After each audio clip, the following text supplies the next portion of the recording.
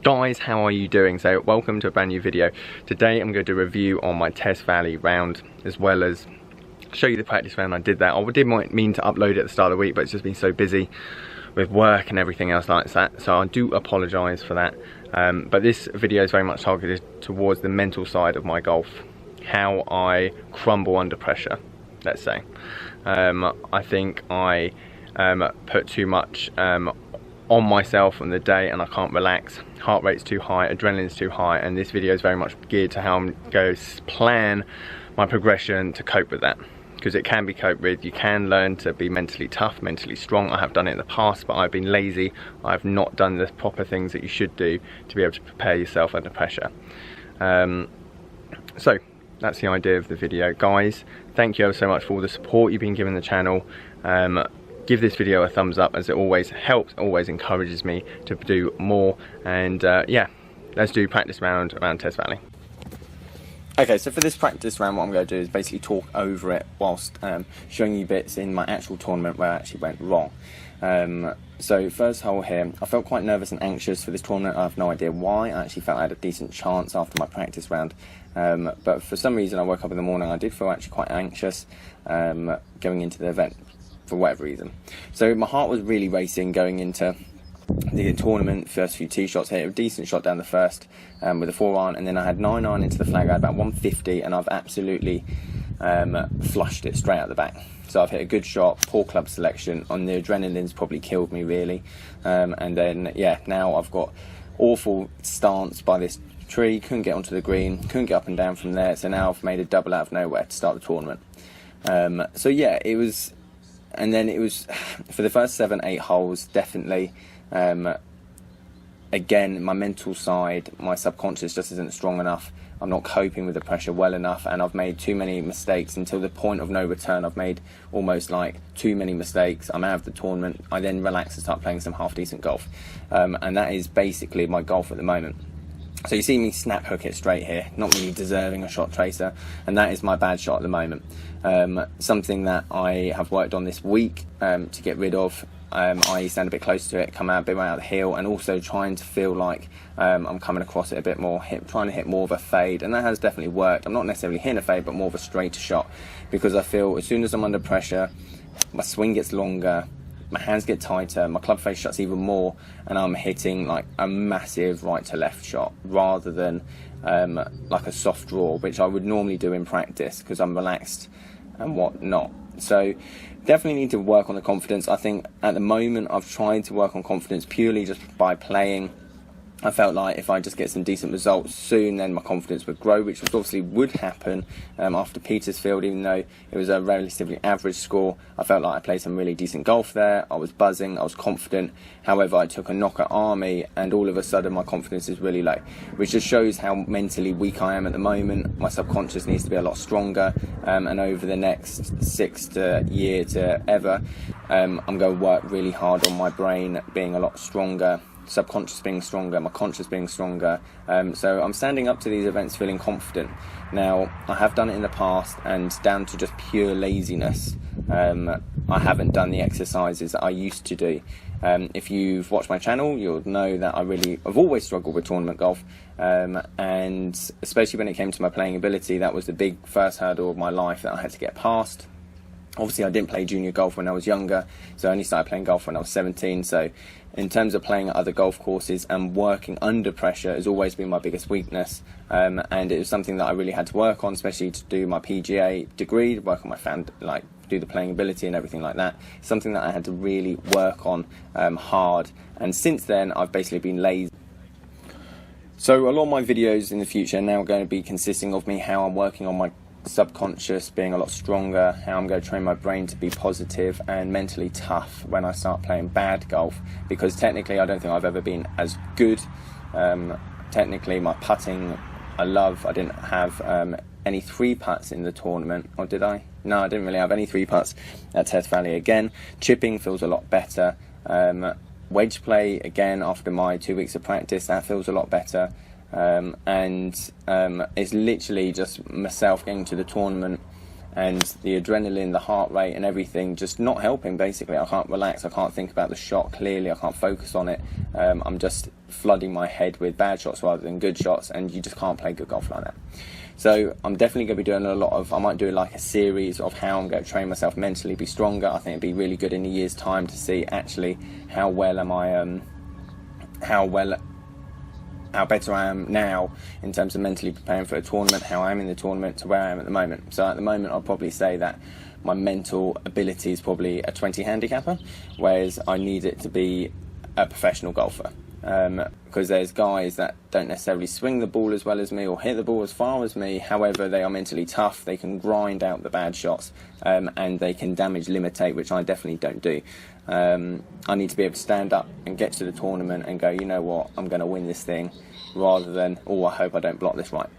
So that's really it. I'm disappointed obviously with the scoring again that I had at Test Valley. It was 82, I think, in the end that I had. 1 triple, 2 doubles, and a splattering of bogeys. I did have 1 birdie, which I'll show you which hole in a bit. But I definitely learned something again from it, and I think that's a positive thing to say. I'm learning going away from these tournaments.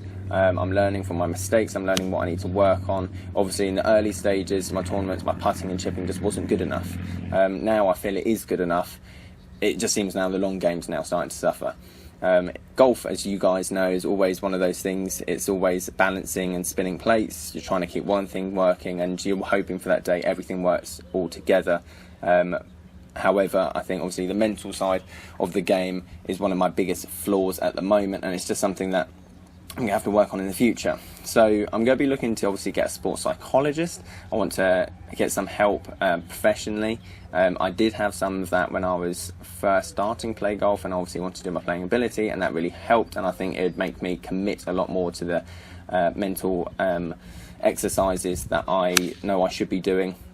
I'm also going to be reading a lot. I want to read a book a week or 2 books a week on golf, anything to do with golf, whether it be like the swing, or whether it be the mental side, or whether it be just something like a biography, whatever it is. I feel like I need to keep learning. I feel like I need to keep progressing through education, as well as putting the hours in on the golf course. So the back 9 here at Test Valley for the practice round was a lot better, and so was it actually in the tournament. At this point I was already 9 over to the 10th, which is shocking, but then I finished 11 over, I think, in the end, or maybe 12 over in the end, because I just calmed down and hit some half decent shots. So this is one of the hardest holes on the golf course, which you'll see me play now. Again, in the tournament I ripped driver and it hit a wedge. So it's really difficult that obviously I'm making such poor mistakes, as well as I'm playing some really good golf as well, and it's hard to take, but at the same time I think it's going to be not easily fixable.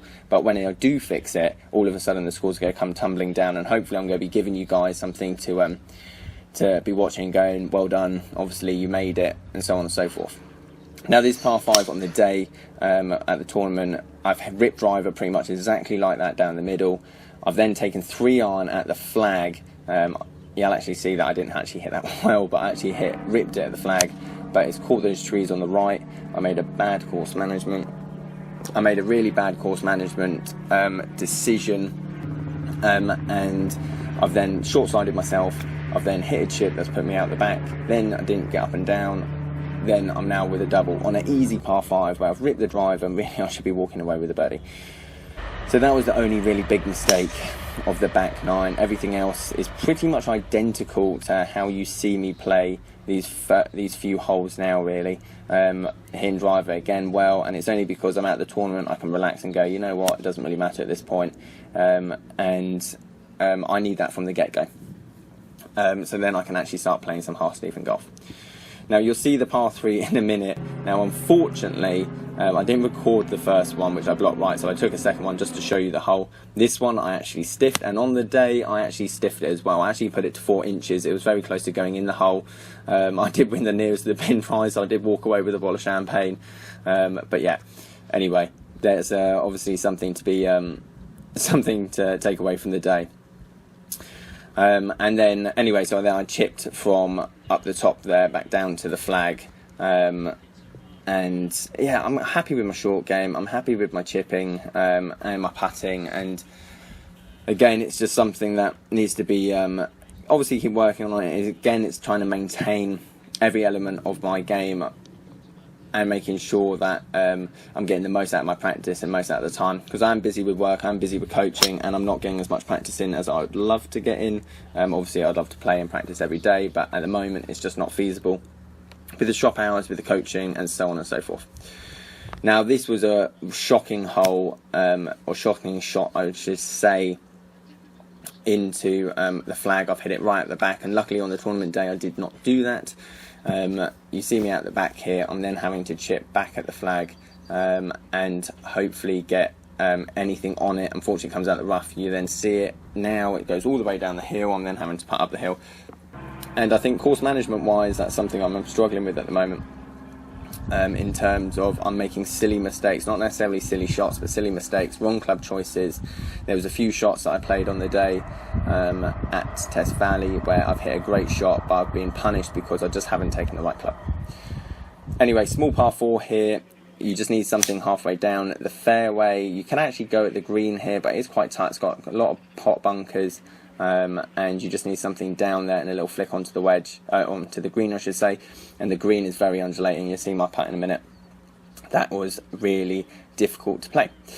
Anyway, that is what I'm going to be working on. I want to hopefully show you guys my journey of how I now want to tackle my mental side of the golf. I thought purely by practicing and playing tournaments that gradually my confidence would grow and that kind of nervousness would just subside. However, I think now that is not the case. I need to be more proactive. I need to be learning. I need to be training my mind to be positive, and you can do it. I have done it in the past, and I've felt invincible when I was playing golf, and you need to have that sense of invincibility about you when you are playing this game, just so that you can produce the best you can possibly produce on the day. At the moment, I feel like I'm my own worst enemy, and I'm bringing the bad flaws out of my swing. I'm bringing the bad flaws out of my short game purely because I'm flooding my head with bad thoughts rather than good thoughts.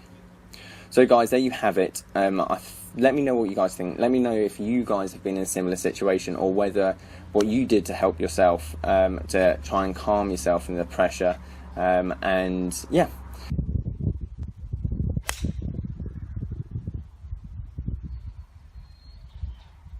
Okay guys, there you have it. That is the practice round and the review of Test Valley.